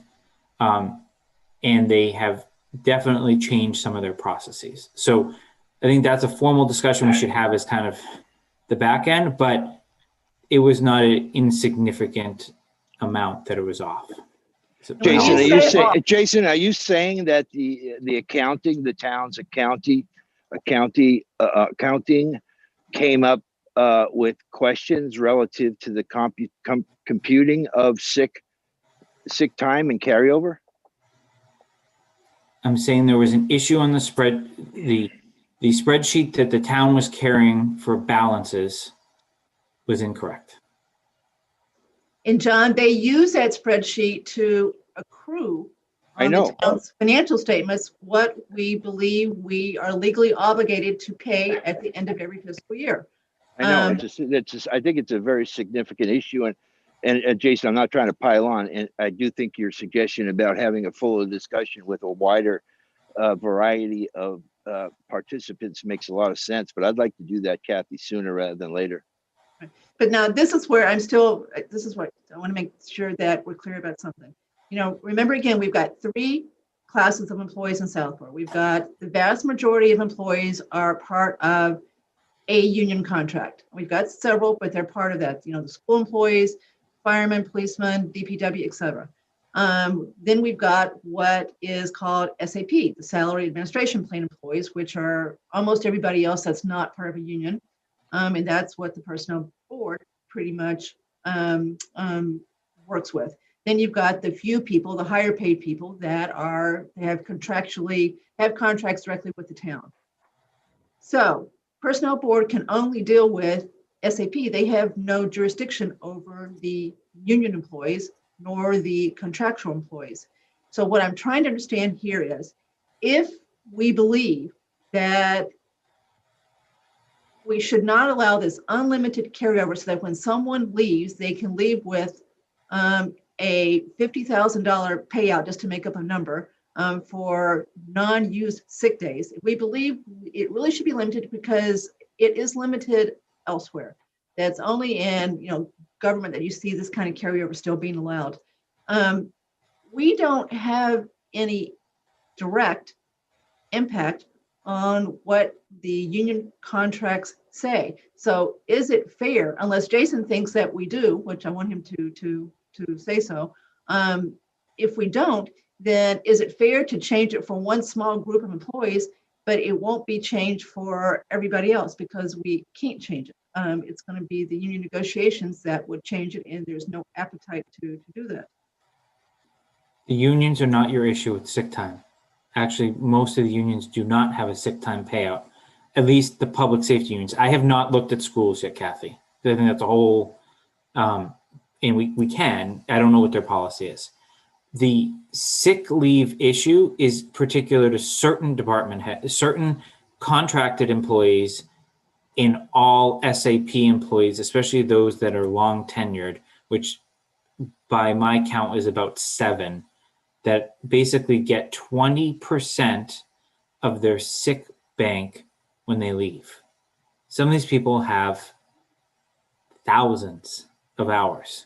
So every year that passes, they all get pay increases, rightfully so. But the liability was actually generated 10 years ago, 15 years ago, right? And the liability continues to accrue. So I am confident that Personnel Board is going to look at that for SAP employees from a sick leave perspective. I actually think the unions, the issue was with one union, how they actually were tracking the balance. The issue is actually not in the contract, which is good because I don't think we have any influence over that. So that's a process thing. So, okay, so just to be clear, you believe that at least the unions that you are familiar with, the contracts, don't have a provision to carry over sick time year to year, unused sick time? they can carry it, but they don't get paid out. Okay. So, That's right, so I different. think that's my personal opinion is that's an appropriate balance. Yeah, that's different. I mean, in Yeah. other words, if it's going to get used, it's going to get used because you're sick, not because you retire. Correct. And vacation is different as far as the union contracts that you are familiar with, as far as how that gets carried over and paid out. Yes, and most of those unions are only carrying about whatever their accrual rate is. So if union employee A has 3 weeks that they're allowed to accrue every year, they usually only have 3 weeks on the books at any given time. Okay, Same so with it's limited. The carryover is limited, which is yes. also okay. All right, so then this is different than I thought. So the SAP employees, we could change that, and we really wouldn't. We would be making them more in line with the union contracts, not less in line, if the teachers are following the police and fire. So the big three, right? Teachers, police, and fire. So if teachers follow police and fire, then limiting the sick time payout for SAP would make them more in line, not less in line. Yeah. Right? Okay. All right. On that particular item, yes. Okay. All right. So we're going to keep this on here until there's a resolution. So we'll just keep making this a standing item until we really get to the point we think we've done everything we can. Yeah, I mean, I'll be honest, this item has ballooned far more than what that's why I think, Kathy, like you're asking me for all this clarification, because it's like you ask one question, it opens up 10 other doors that weren't open when I started asking question 1, which was very simple. Who got paid out at the end of last year and what's our liability? And did everybody catch what Jason said? The reason there's a financial impact of a contract saying that you can take a payout for a week of vacation that you could have taken otherwise is because that's not put in a budget. So therefore, if people start doing that, then that's going to automatically increase what they spend for that year, and it's not budgeted. And I think the other thing we need to look at is how is that calculated? I mean, in the current year, I get it, but the payout when you retire, I mean, if that's what they're going to stick to, it should be accrued at the rate at which you earned it. I don't know how they determine the payout, Andrew, as far as how the math works. So I think there's legal precedent around how you do that. I don't know the answer, but I just think it's a legal question. Anybody else want to make another comment on that one? So we're going to keep talking about where we're far from done with that one. Kathy, my only comment is, I'm concerned with the accounting aspect of it, and I'm still leaning towards at some point in time, we might want to do a financial management review with the DLS. I think that's definitely still on the table. My comment, Kathy, is that if you're driving to Boston, you should leave now. Well, don't worry about it. We got more to do. I'll make it. I've got a good car. Okay. So Jason, are you happy with what we've done there on that one? Yes, thank you. All right. Next one is an update on the Board of Health issue that we've been talking about for the last 2 meetings. So I'm going to start this, and then I'm going to let Jason chime in here because he's been involved in a meeting, and we'll have some details that I don't have. So long story short, since we met last week and sent Mary Lou the email, basically letting her know what advisory was willing to do and not to do, there's been a group that has gotten together. It's not a committee. It's a group that Mark Purple convened to basically try to start working through a specific plan to make sure that the Board of Health needs are met, and to also make sure that the town gets the vaccine program in place so that we get the vaccine that we're allotted by state rules.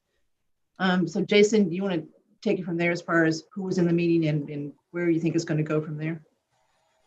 Yeah, so the meeting kind of came, Mark Purple was the organizer of it. It came about as multiple people reached out to him in varying capacities after there was obviously extensive discussion on this committee. Board of Selectmen had extensive discussion, personnel boards had extensive discussion. And I was there as someone that I was very clear I was not there as an advisory member. I was there as a resident that had background in emergencies, in emergency management, had a collaborative relationship with the fire chief who was not really at the table and I thought needed to be at the table. And multiple members of the Board of Health staff. So it was Mark, Sam Stivers as the Board of Selectmen rep, Mary Lou is the chair of Board of Health, and Emily Amico, the public health nurse, Leslie Chamberlain, who many of you know was the public health nurse for both the town and senior center and just was at the senior center now, and Chief Achilles and Paul Pazinski. It was summarized in the BOS meeting last night under members reports, but the basic gist in tone of the discussion was, how do we make sure we are leaving financial aspects off to the side? What level of kind of project management, program management needs to be in place to get the expertise that clearly resides with Board of Health into more of an execution strategy? And what came out of the meeting, there was a lot of back and forth. I think everyone left a lot more positive than they arrived. There is a clear path between now and the Christmas holiday to take the expertise from all the people that don't have time, such as the Board of Health staff, obviously given their full-time jobs and obviously their part-time jobs, ballooning into full-time jobs in the town of Southborough, and take that into, here is where our strengths are and we're ready to go, and here are where our weaknesses are. I think the most important thing is there's significant progress towards now submitting the application that was up for much discussion in our meeting last week when we made some of our motions. And in particular, CVS and Walgreens, this was mentioned by one of the state legislators last night. I don't know if it was Representative Dykema or Senator Eldridge. They're kind of, from a state level, going to be working through the public actual administration of the vaccine, right? So they'll bring basically the people that will put the shot into your arm. The logistics there are still very much in process, and Chief Achilles is going to own that process from a town of Southborough perspective as the emergency management director. So I think we'll know more in the next 10 days. I think everyone was kind of relieved to kind of start to make progress as opposed to saying what hasn't been done. It's now more how do we get to a solution? And then I think there'll hopefully be a defined plan that's outlined from there of what the town needs to do. I think the biggest logistical items the town is going to have to supply is a facility. Obviously, a ton of public safety personnel, given crowd control, traffic management, et cetera, in logistics related to scheduling, right? Like, how do you schedule this and all that? So those are the items that I think are going to be forthcoming. I don't know if any of it has a financial impact or not. What wasn't discussed and what was tabled towards much future discussions is the longer term plan, right? Which will impact obviously what, Tim, you're doing as their liaison, moving forward and, how they go about it. But I will mention, and I didn't have time to really look into it too much today, they did say last night at BOS, this was again, one of the legislators, there is a push in additional grant funding coming out towards regionalization of public health services in Massachusetts. I will look up the acronym. It was in their meeting. It's like PFALS or something like that, or safe something, but it's not the fire safe. It's something else. So again, I think very positive progress. A lot of stakeholders trying to do the right thing, but I think it's definitely the train has now left the station. It's just a matter of how fast that train is moving.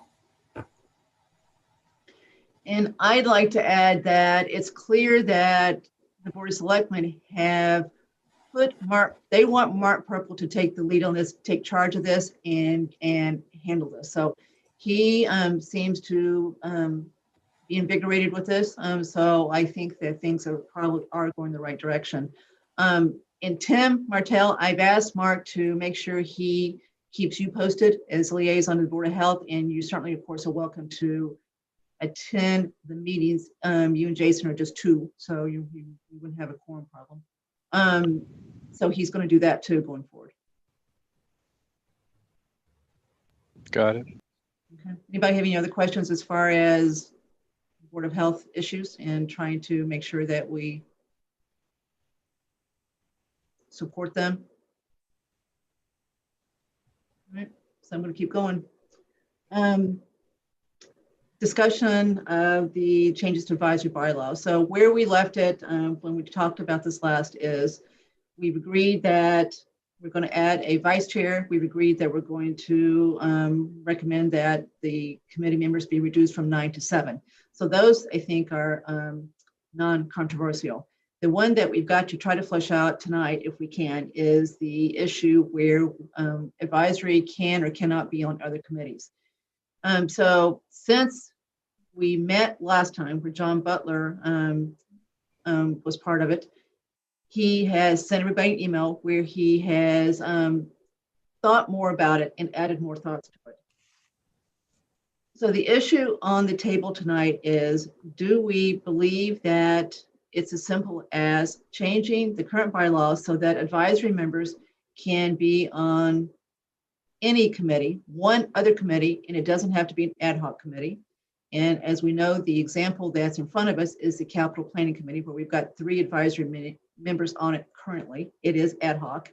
It's being proposed to be made standing at the next town meeting. And then if we believe that's the right answer, to limit it to still 1, but it can be standing or it can be ad hoc. It still has to be approved by the majority of advisory members. And obviously the person has to be appointed by someone else. We don't appoint people.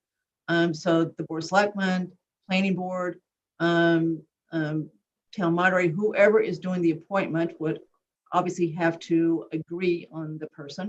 So there's 2 hurdles you get over before you get to the second committee. The one that is in the other issue that's in the bylaw today is that if the other committee comes in front of advisory, then that advisory member is supposed to not be counted as part of a quorum and is not supposed to vote on anything that advisory is voting on relative to a recommendation for that committee. I don't understand the quorum piece. So I've talked to Jim Harvey about this. I mean, that part, and he was part of 2008 to the change. We don't think that makes any sense. You know, the advisory meeting has started, you're part of a quorum. So we don't think the word quorum really is appropriate in there. It doesn't make a lot of sense. You can still be part of the quorum for that night's meeting. But where several influential people think that it still should stand is that the advisory members should abstain from voting on anything that's being voted on that night when that committee is there. That is, they had their chance during the committee to vote. And therefore, when that committee comes in front of advisory and there is a vote on something to do with the committee's work, then that advisory member who's on that committee also needs to abstain from voting. That's the piece that John Butler changed, sort of either thought more about or changed his mind. He really does think that needs to stay the way it is. So the issue I had is, for example, this budget year that looks really bad, we may very well have to cut some of the recommendations from the capital planning committee because they've got a big stake in this budget. The recommendation is twice what it was last year, so it's a big number. So we may have to go back and look at it again.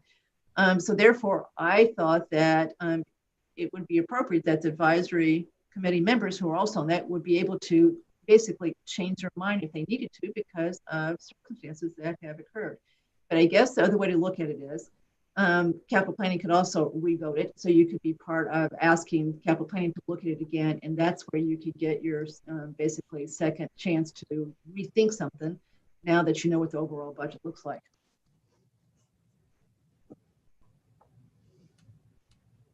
Thoughts? Kathy, do we not have a quorum if 3 of advisory members cannot vote on something? Well, right now we've got 7 members of advisory. We have to have 5 for a quorum until we change the number of advisory committee members. So if we still had 9 as that, we would not have a quorum if 3 members could not be counted toward a quorum. You'd have 4.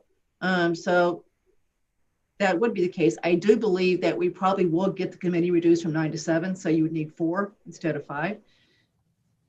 So it would work if you had a 7 committee member. It wouldn't necessarily work if you had 9. But to John's point, I think we have an issue this year, right? Because the bylaw won't be changed. How does advisory review capital? Even if it was a good budget year, they still should weigh in on, is this good use of town funds? But I agree with you, Kathy. There's going to be some tough decisions here across the board. So you're right. We probably do have an issue right now. So if everybody interprets what that says, although I mean it's such a mushy bylaw. Sorry, attorneys here. It's just so poorly drafted. Maybe that's not what it means, but it looks like that's what it means. What else is a quorum? So it looks like it means a quorum. You can't count toward the quorum for that meeting as a whole. So if somebody you think it means something else, I don't know what else it means. Kathy, what if capital planning was a subcommittee of advisory? Advisory has a right to form subcommittees. That's true. But Andrew, the reason I would say maybe the argument against that is then it would be a small group of people. And it's nice to have more people. I mean, this is a big thing. Capital planning is big, and you're on it, so you can see that it's working pretty well. We've got 6 really good members. So I think it would limit the number of people on it because you couldn't, the purpose of subcommittee is to have a smaller group, right? So you'd have, 3 people on it? Maybe? But can't you have a subcommittee without members of the originating committee? Yeah, but Andrew, isn't the subcommittee idea, isn't the horse already out of the barn on that? I mean, there's already been a capital committee constituted. And I think in order to change that, Jason, Kathy, tell me if I'm wrong, there's got to be a lot of resident participation. And it's probably even a town meeting vote, correct? Well, everything's going to need a town meeting vote because we're talking about making capital planning not ad hoc, which is what constitutes that. So either you're going to make it a standing committee on its own, or you would need a bylaw change to make it a subcommittee of advisory. But both are going to take a town meeting. So Andrew, I think the answer is if your committee is going to form its own subcommittee to do a project like we did when we were looking at the public safety building. So there was a subcommittee formed advisory to look at 30 years worth of projections, right? So I think if the committee forms it, it's going to be that committee's members. It has to be. We don't have the right to go form a subcommittee where others are appointed to it. We don't appoint. If instead you want a subcommittee of the main committee and you want others to participate, then the appointing authority is going to do that. So that's where you get others to come into, like what we have with the school research subcommittee. We've got one person on that from the school committee, and then we've got two ex officio members of it. So they're not all on capital planning, obviously. I'm looking at. I think I'm right. I'm thinking right, but maybe I'm not. I think I'm right. Yeah, one thing I'm looking at the town of Stowe. So they do capital planning committee is comprised of one member appointed by the finance committee, one member appointed by the board of selectmen, and 3 members appointed by the moderator. All right, well, we're going to get too far afield if we go much with it, but so we may not be ready tonight to decide again, but that's to me, that's the one we got to focus on is what to do as far as the ad hoc or standing. And if we want to make this broader, we can start talking about it as far as what you're looking at, Andrew. So we really haven't talked about, we haven't really talked about, what we think the capital planning committee should consist of. And we're only talking about one committee. I'm just wondering how we get over this year's issue, and could we get over it and maintain consistent with John Butler's concerns if one of the 3 advisory members on capital planning was a non-voting position? Non-voting in which committee? The capital planning committee? The capital committee, so that we could then get a quorum for voting purposes in advisory. So I don't know the answer. I'll run this by Jim Haggerty, see if he's got an answer. And again, I'm not sure we're right about, because it just makes no sense. Why would Jim Haggerty actually doesn't think that's what it says, just so you know. He says that makes no sense. Why wouldn't you count for a quorum for your meeting? He's saying, see why you wouldn't vote, but why would you not count for a quorum for your meeting? There's just no logic to that. So maybe, okay, Andrew Dennington. Yeah, I was just going to suggest that I think it's getting late. It's going to be difficult to really fully consider this tonight. I know it's something where the timing is driven somewhat by the warrant is going to close at a certain time, right? But there's a placeholder for no. Yeah, we've got a placeholder. We're fine. The placeholder. Okay, so I think that and I think I said at this last meeting, the starting point for the next discussion that should be, we take this and someone takes this and just does a proposal, like a red line, and like this is what we want to talk about. It's so much easier for me to understand it when I see it, and then that can be a prompt to discuss all of these issues. But I feel like we're talking about some of the same things, that we talked about some of the other meetings, but it's hard to come to consensus. I know we got to talk about it, but for me, it would be most productive if we had a red line version of it and then use that as the prompt to talk about it. Okay, so the red line version is going to say 7 members, vice chair, and it's going to basically add standing and or ad hoc. That's the starting point. But I mean, really, the subpart B is what we're talking about, the really most difficult one. Yes. So I'm saying, just as a starting point, add standing. That's where we're trying to go here. Take out the word quorum because it makes no sense to say advisory is quorum. Depends on whether they're on that committee. So it would just say, I printed out, the advisory member may not vote during advisory meetings when members subject to the jurisdiction of the above other committees are presented. So that would mean. And by voting, you mean vote on that specific item, not everything else that night, that item that committee has brought forward. We're voting on a budget, we're voting on something. Okay. Okay, so that's the benefit of that is it takes care of the quorum issue that we're talking Yeah. about now. It does make some sense to me of, the advisory committee's position is, it's kind of strange, but because it becomes like your vote on capital matters more than takes precedence over your vote on advisory. So Butler's argument is that advisory is supposed to be independent at all times. We're not supposed to advocate for anybody's budget. We're supposed to be looking at everything holistically and as big picture and make a recommendation to the town meeting as far as what we think an appropriate budget is. And therefore, you don't want someone being unduly influenced by a budget. You don't want someone to get on a committee, it was his example, specifically to be able to advocate for that committee. You don't want Judy Butts to be on a committee that's looking at the library budget because she really likes the library and that's how she's going to influence it. So we're trying to keep her independence. And so the more he thought about it, he said, I don't like the idea of advisory voting on something that is being recommended to them by this committee. So they just got to stand down, even though they were part of that vote for that committee. I want the rest of the advisory committee members who have nothing to do with the committee to make that decision. Okay. I think I understand. Basically, I just printed this out and crossed out the words in B, or be counted for purpose of a quorum. And I think that addresses the main concern that we're talking about. Yeah. I think that's what you're proposing, right? Yeah. Does anyone disagree with this should have nothing to do with the quorum as far as the quorum for the meeting? Okay, so no one said they disagree with that piece of it. Okay, so that's what I will do, and then we'll keep it on here until we get this. I mean, the quorum's 5, right? Quorum's 5 right now. It'll be 4 if we reduce the 9 to 7. But you're right, it's 5 for this town meeting.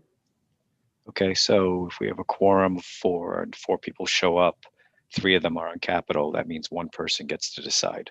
That's right. So that's the quorum issue right there. That's what it means. So if you're saying that they want at least a quorum to be able to also vote, which is what you're saying, right, Tim? I'm saying.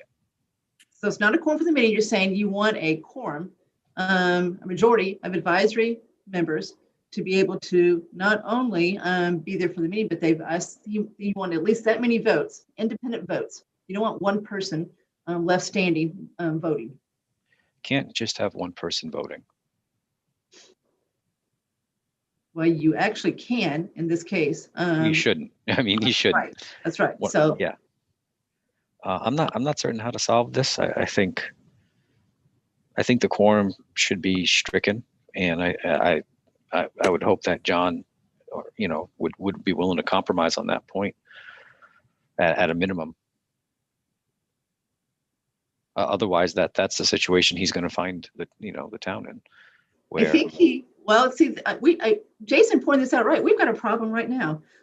If we need 5 people to be able to vote on the portion of the budget that capital planning is recommending, the capital budget, we don't have 5. We've got 4 that can vote on it. So we've got a problem probably right now. So it may be that one of the capital planning members is going to have to resign before we finish up this year and to make this all work.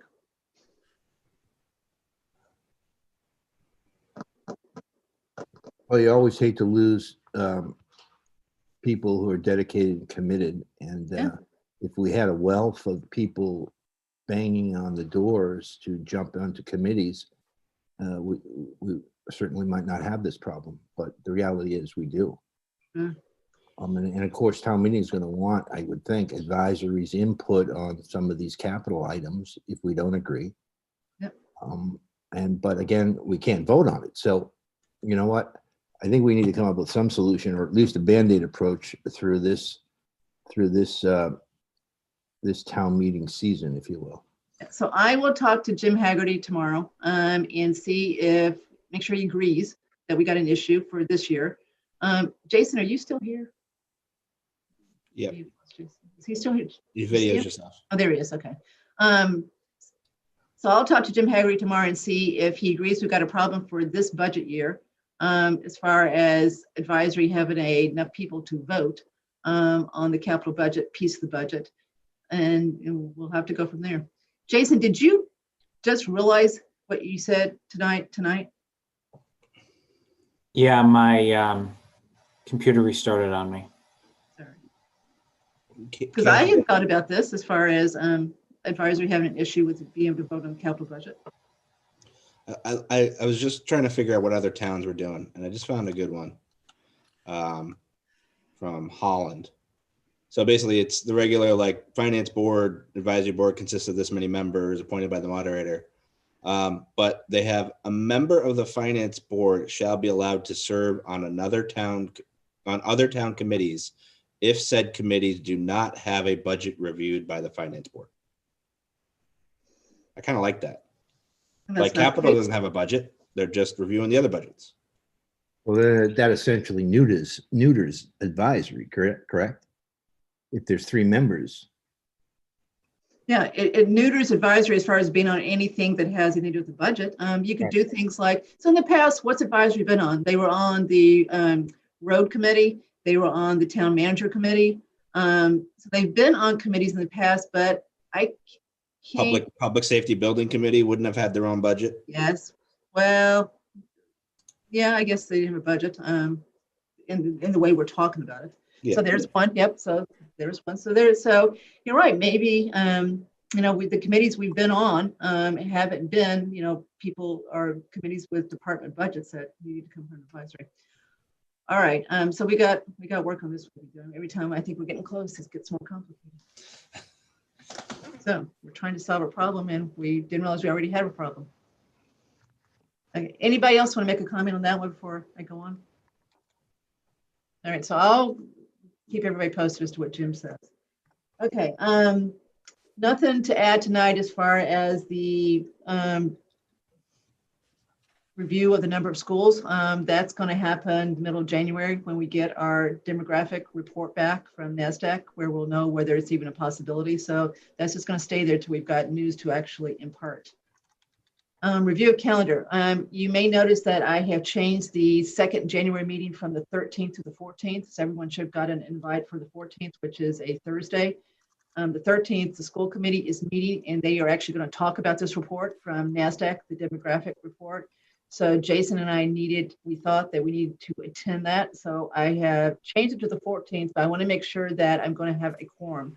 Is there anyone that can't come on the 14th?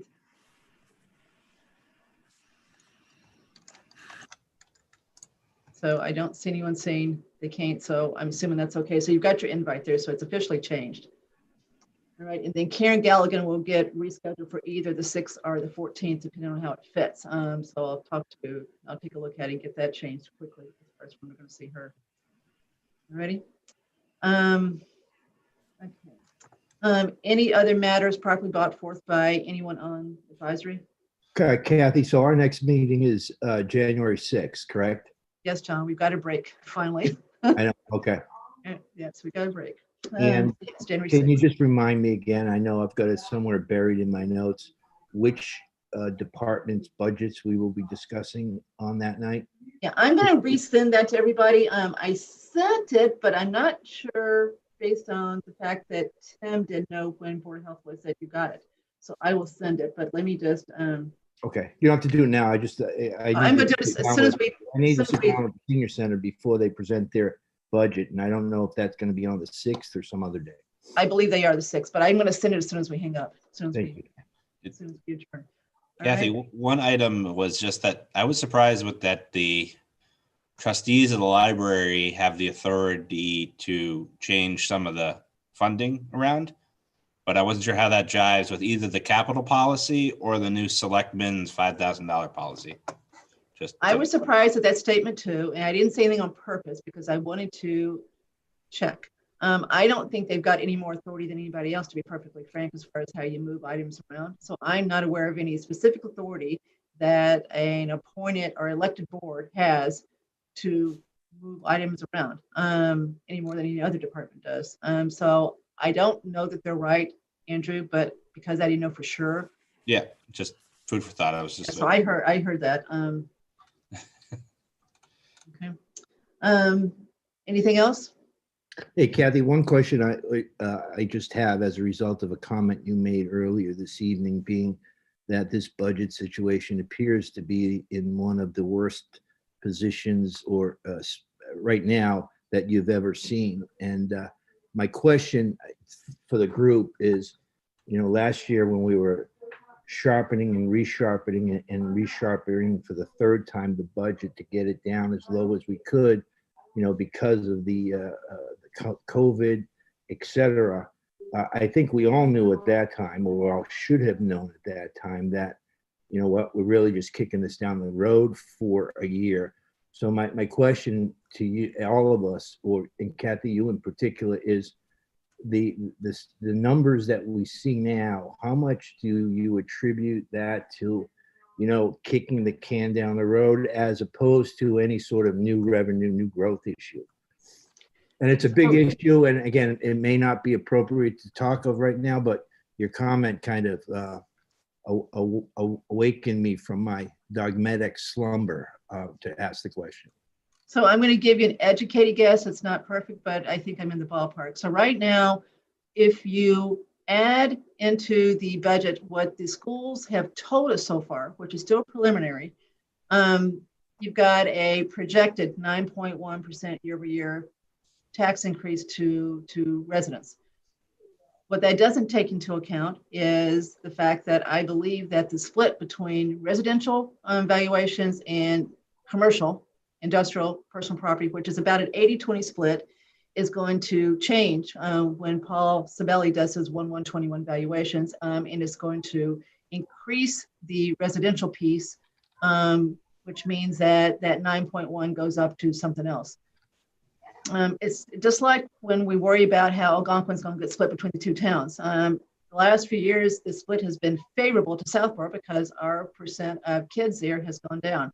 So same thing here. I think that's going to impact it too. And we never talked about that, but I think this year with the vacancy rate soaring, with commercial buildings not necessarily being in demand because people don't need offices like they did, with houses selling pretty well right now. So I think the valuations are probably going to go up on those. I think that's an issue we've never really dealt with. So I think that's the other thing. So I think the 9.1 is probably higher. As far as the answer to your question, I think the kicking the can down the road is probably 3 to 4% of that 10%. 2% is probably capital. Another 1 to 2% are departments, including schools. Schools actually said, what we did last year to cut that budget, we deferred instead of we eliminated permanently. The schools have saved us the last few years, and they don't look like they're going to save us this year. Algonquin's budget is projected to go up 7%, more than 7%, and K-8, 4%, which is actually not a bad increase, but it's not going to help us either. It's still, we need things to go below 3% to actually help the town side of it out. So the town side of it looks bad again, like it did last year, but the schools don't look good either. And last year, the schools did great. The schools report saved the budget last year. So that's why I'm pessimistic, because, if the schools can't legitimately find a way to reduce what they have right now. And remember, they've got 2 students that at Algonquin have been placed out of district that were unexpected for fiscal year 21 and will carry over to fiscal year 22. And the special ed budget can kill them. That's what they're scared about. Every year, the state only helps a little bit there. They're going to try to get the state to help on fiscal year 21, but there's no guarantee that they're going to. So all in all, I just don't have, usually you can think of some things that are going to help the good way and not the bad way. I don't have anything that's going to help the good way. I mean, look at the budgets we've seen so far. Yeah, library was great tonight, right? But then they, at that meeting, said we're going to add some more things to it. Facilities was up 6%. Youth and Family Services up 12%. Board of Health wants to go up, more than 100%. So there's nothing that I can see that is going to truly bring this thing down to something that looks reasonable in a year that we're dealing with, an economic malaise in COVID. So something's going to something will get done. I just don't know what it is at this point. Thank you. And just like, I mean, this is small money, but that $12,000 on the cherry sheet, that's being double counted. And I didn't know that till tonight. So, and it just drip, drip, drip, drip, drip.